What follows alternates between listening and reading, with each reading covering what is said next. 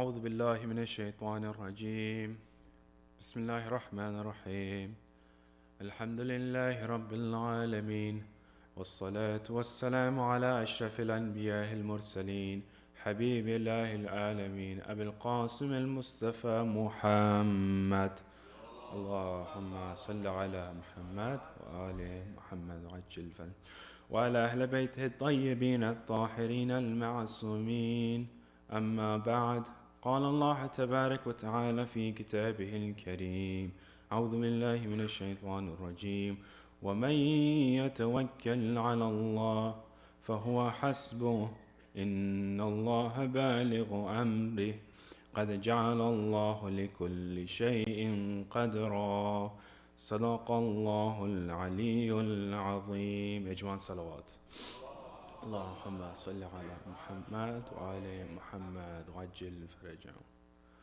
Bismillah ar-Rahman ar-Rahim. I'd like to begin by congratulating all of you and the Imam of our time, Sahib al-Asr wa Zaman, on the birth of our 8th Imam, Imam Ali ibn Musa Raza al-Murtada.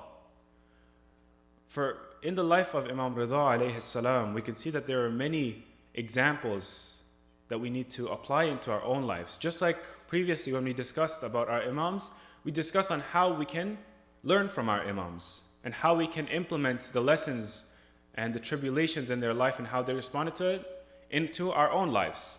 So in the life of Imam Ridha alayhi salam, Imam Ridha himself is one of the most well-known Imams because of the fact that his shrine is in Mashhad al-Ridha in Iran.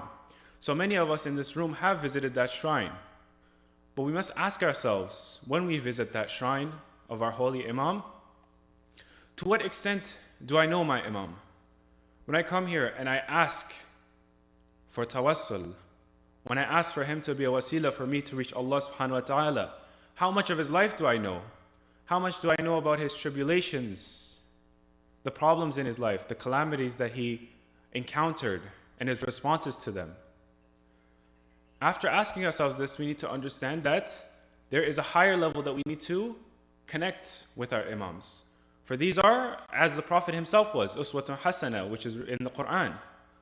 They are a great example for us to use into our own lives. So, with this Imam Ridha alayhi salam, we can see into his life, when we looked into it, we can see that he's had many tests and tribulations. And one of his most famous names is Gharib al-Ghuraba. He is the stranger of strangers, of people in an unknown land. For when we can see when we see the locations of the martyrdom of the Imams, we can see most of them are located in Hijaz, or they are located in modern-day Iraq. But when we see the shrine of Imam Ridha alayhi salam, we see it's all the way in Iran, in Khurasan. So we can clearly see that there must have been something that happened within his life that caused him to be in such a different location from the other Imams. And this is why we call him Gharib al-Ghuraba, that he is the stranger of strangers. And when we look into those calamities in his life, we can understand that there are so many lessons that we can have. And one of the most important lessons tonight that we want to discuss is the discussion of Tawakkul. How am I connected to Allah subhanahu wa ta'ala, and how much do I trust in Allah subhanahu wa ta'ala? For most of the people today, they don't have as much trust in Allah subhanahu wa ta'ala as the Imams, for example. They don't believe that Allah subhanahu wa ta'ala might help me in my situation. So they'll try to turn to themselves. They'll work on their situation themselves without asking even for the help of Allah subhanahu wa ta'ala. For sometimes they feel that Allah subhanahu wa ta'ala is not even listening to me. And many of you might have encountered that kind of problem in the future. Or you might have encountered it previously. But we need to understand that there's this level of steadfastness and this trust in Allah subhanahu wa ta'ala, that there is someone higher than me. He is the first creator. He's the one who is the first cause. As we say when we discuss mantiq, we understand that Allah subhanahu wa ta'ala is the cause that creates causes. So when I know that there is a first cause that created every other cause that led to my situation, I know that there is someone who can help me in that situation. And Imam Ridha alayhi salam, what does he say? He says faith has 4 pillars. Tawakkul on Almighty God, being pleased in His decree, surrendering to God's order, and completely entrusting one's affairs to God. So clearly we can see Imam Ridha, he says tawakkul in Allah subhanahu wa ta'ala, being pleased, as his name is Ar-Ridha, in the will of Allah subhanahu wa ta'ala, surrendering yourself to Allah subhanahu wa ta'ala, and completely entrusting Him with your affairs. So these four pillars create the pillars of your faith. And we can see in the Quran, Allah subhanahu wa ta'ala, He says, وَمَكَرُوا وَمَكَرُ اللَّهُ وَاللَّهُ خَيْرَ الْمَاكِرِينَ. He says to Hazrat Isa alayhi salam, He says, and they plan. The people who are against Allah subhanahu wa ta'ala, they are going to plan. But Allah plans, and Allah subhanahu wa ta'ala is the best of planners. So clearly we know that Allah subhanahu wa ta'ala, no matter how many times the enemies of Allah subhanahu wa ta'ala, they'll plan and they'll try to hurt the religion of Islam or hurt the decree of Allah subhanahu wa ta'ala, Allah is the best of planners. It is only Allah subhanahu wa ta'ala that I can trust in my affairs. And that is the life of our Imams.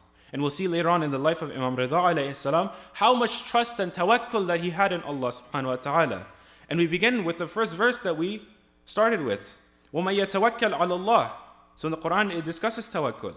He says, whoever puts their trust in Allah subhanahu wa ta'ala, then He alone is sufficient for him. فَهُوَ حَسْبُهُ. So many of us, we say, حَسْبِيَ اللَّهُ وَنِعْمَ الْوَكِيلُ. Allah subhanahu wa ta'ala is enough for me.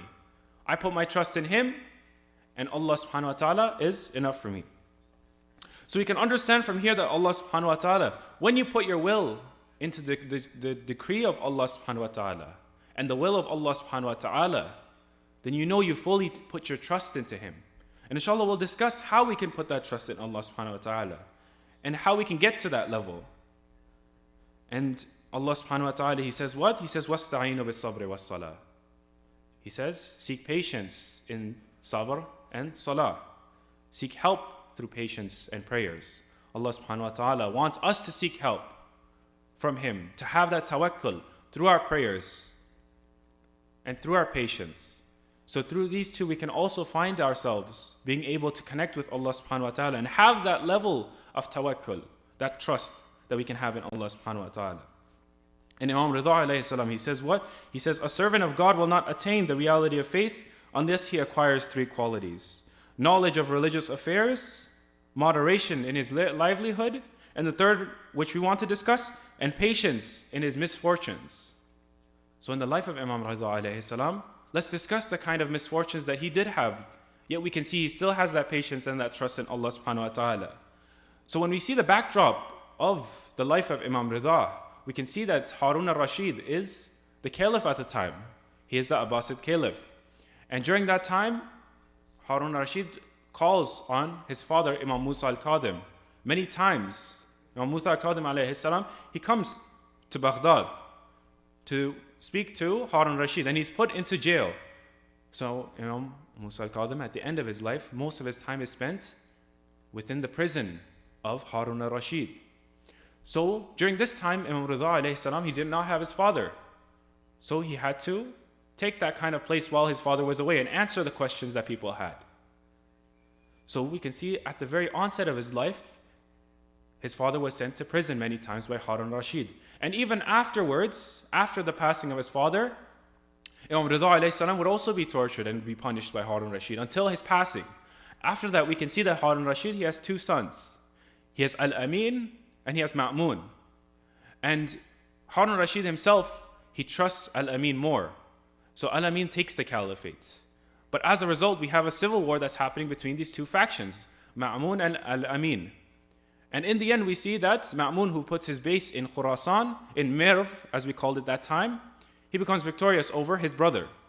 So during that time, he's ruling over such a large land, the Middle Eastern area, and he doesn't have a lot of people that are backing him. So he finds Imam Ridha alayhi salam from the people who he can use as a tool for his gain. So when he calls Imam Ridha alayhi salam, Imam Ridha knows him, and he knows that his calling to him is not something that's sincere.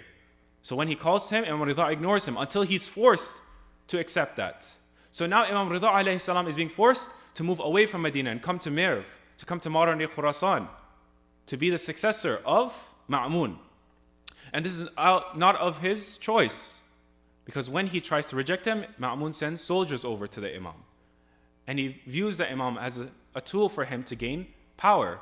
among the followers of Imam Ali alayhi salam, during the Shia of the time, they followed Imam Ridha. So when he's forced, we can see that there is a large difficulty for him leaving behind his family. So even taking his son Muhammad al-Jawad alayhi salam, he leaves him behind in the city of Medina. He leaves him behind in Hijaz, and he moves all the way to Mirv, and he becomes Gharib al-Ghuraba here. He becomes alone by himself in that city. And this is one of the sad aspects of his life, that he had to receive all of these calamities, yet he still had that tawakkul. He still had that patience, that trust in Allah subhanahu wa ta'ala, that Allah subhanahu wa ta'ala is over my affairs. He's watching over my affairs. And this is His decree. And other problems in his life we can see that are the different sects that break apart. During his time, there was a sect called the Waqifiyah. And this Waqifiyah sect, they decided that they wanted to stop following the Imamate after Imam Musa al-Kadhim alayhi salam, the father of Imam Ridha. And they tell him that the Imam Musa al-Kadhim has disappeared and he's going to return. So these people are mainly which people? The people that were collecting khums for Imam Musa al-Kadhim. They decide to say that Imam Musa al-Kadhim has disappeared and he's going to reappear again. They don't accept his death. So he has a sect that's already dividing within his Shia. And during that time, his attitude towards the sect, he tries to discuss with them, he tries to debate them, to make them understand that their sect is illegitimate. And he never attacks them or hurts them or uses any kind of language to hurt them. Yet he tells them that this is, I'm the next successor to my father. And he has not disappeared, he has passed away. But these people, they don't accept it. So this is one of the challenges that he faces, yet he still trusts in Allah subhanahu wa ta'ala that in the end, that this group will perish. And we can see in modern day, the Waqafiyah sect are not there anymore. And another level, we can see that one of the other tribulations that Imam Ridha alayhi salam he had was the birth of Imam Muhammad al-Jawad. Imam Jawad alayhi salam, he wasn't born until the Imam was in his 40s. So many people were questioning him. They were questioning if he was a true Imam because they knew that the Imam has to have a successor, someone that has to be their son. So people would come and make fun of the Imam and they tell him, Ya Ali ibn Musa Ridha alayhi salam, you don't have a son, so you're not legitimate. You're not an actual Imam of ours. But the Imam during that time, he tried to answer them that I trust in Allah subhanahu wa ta'ala that He will give me a son. And many of us today are in those kind of tribulations. And we ask Allah subhanahu wa ta'ala. So the Imam asked Allah subhanahu wa ta'ala to give him a son, and very soon we can see at the age of 40, the Imam has his son, Imam Muhammad al-Jawad alayhi salam. So it's from asking Allah subhanahu wa ta'ala. And that level of tawakkul and trust in Allah subhanahu wa ta'ala causes him to have faith that Allah subhanahu wa ta'ala is going to give me a son, that I'm not going to be an illegitimate Imam in the eyes of the people. So this is that level of tawakkul that the Imam has. And in a final level, we can see that when Ma'mun, he calls Imam Ridha to his kingdom, he tells him, take my position. He's trying to trick him. He tells him, you can be the Khalifa of the time. I don't want it, I'm going to give it up to you. The Imam, how does he answer to him? He says, if the caliphate was yours, it was your own right, then Allah subhanahu wa ta'ala gave you that right. So who are you to give that right to me? If the caliphate was yours. And that's one of his answers. And then he says, you cannot resign that position. And if the caliphate was not your right, then you don't have the authority to offer me what is not yours. So we can clearly see that Imam Ridha alayhi salam, he knows that Ma'mun himself is only using him. Yet during all this time we can see trials and tribulations, and Ma'mun sending many scholars against Imam Ridha to try to disprove his points. But Imam Ridha, he has that resilience, he has that tawakkul. And he still remains steadfast in Allah subhanahu wa ta'ala, that there is a khaliq, there is a raziq, and he's above me, and I can call to him, and I am one of his servants. So clearly we can see that the Imam himself, he had a lot of tawakkul. He had a lot of steadfastness and trust in Allah subhanahu wa ta'ala. And this is something that we want to apply into our own lives, to try to understand ourselves how we can. And the verse comes to mind, وَمَكَرُوا مَكَرَ اللَّهُ وَاللَّهُ خَيْرَ الْمَاكِرِينَ. And they plan and Allah subhanahu wa ta'ala plans, but Allah subhanahu wa ta'ala is the best of planners. So all of these people who are causing mischief and causing evil. They will plan, but Allah subhanahu wa ta'ala, He plans also. So Allah subhanahu wa ta'ala is khairul makirin. He's the best of planners. And we know that if I put my trust in Allah and His will, that in the end, I'm going to be the one that's closest to Him. And I will be the one that does succeed. So we need to re-examine ourselves to end off here. Like the Imams, we need to look at the Imams as our example and try to re-examine our own levels. How do I understand myself? And how much do I understand Allah subhanahu wa ta'ala? For the Imams themselves, they didn't view themselves as anything big or any large figures. But I am the abd of Allah subhanahu wa ta'ala. I'm the servant of Allah subhanahu wa ta'ala, so I will guide the people because that's Allah subhanahu wa ta'ala's will. And they, upon examining themselves, the Imams, they can see their level in comparison to Allah subhanahu wa ta'ala. So even today, many of us, we have our heads up, and the way we walk, we can see that many people think that their wealth, what they acquire, is from themselves. But Allah subhanahu wa ta'ala, we need to make sure that we have that tawakkul. We have to have that shukr from Allah subhanahu wa ta'ala. And when we are with difficulties and with trials and tribulations, we should remember Imam Ridha, the gharib al-ghuraba, the one who was sent where he had none of his family members, when he was prosecuted by the person who was calling him his successor.